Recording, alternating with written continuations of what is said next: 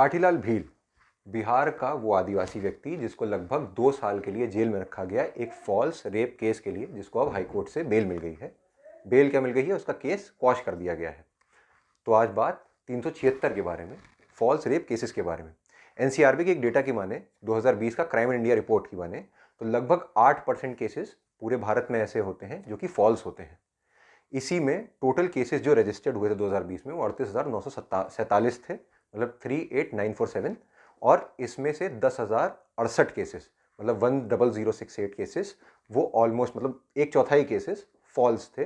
वो pretext of marriage पे, ऐसे केसेस जिनमें शादी का वादा किया गया था और शादी नहीं की गई, इसके ऊपर इनमें केस हुआ।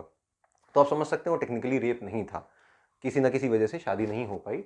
इस वजह से पेरेंट्स ने अनमैरिड डॉटर के साथ, क्योंकि सेक्सुअल रिलेशन बनाए गए थे, इस वजह से अपनी इज्जत बचाने के लिए वो केसेस किए। हरियाणा के एक डेटा की बात करता हूँ, 2018 की 1310 रेप केसेस रिपोर्ट हुए, जिसमें से 520 रेप केसेस को फॉल्स डिक्लेयर किया गया, मतलब 39.7, लगभग 40% केसेस ऐसे थे।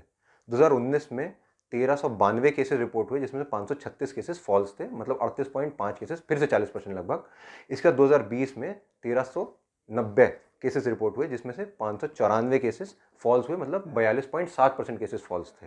और अगर आप इस पूरा क्यूमुलेशन निकालें तो 413 केसेस रिकॉर्ड हुए हैं 2018 से 2020 तक, जिसमें से लगभग 40.3% केसेस फॉल्स थे। तो आप समझ सकते हैं फॉल्स केसेस का कितना बड़ा एक छद्म है हमारे सामने। रेप एक बहुत गंभीर आरोप है, लोगों की ज़िंदगी बर्बाद हो जाती है, पर पुरुषों के साथ क्या, जो पुरुष जिनके ऊपर रेप का आरोप लगता है, उनका जीवन भी कहीं ना कहीं इस चीज़ से सफ़र करता है। उनके घर वालों को, उनकी शादी, उनके ज़िंदगी पूरी तार तार हो जाती है। ये डेटा आपके सामने रखा है, इसका मतलब ये नहीं कि जितने भी रेप केसेस आ रहे हैं वो सब फॉल्स हैं।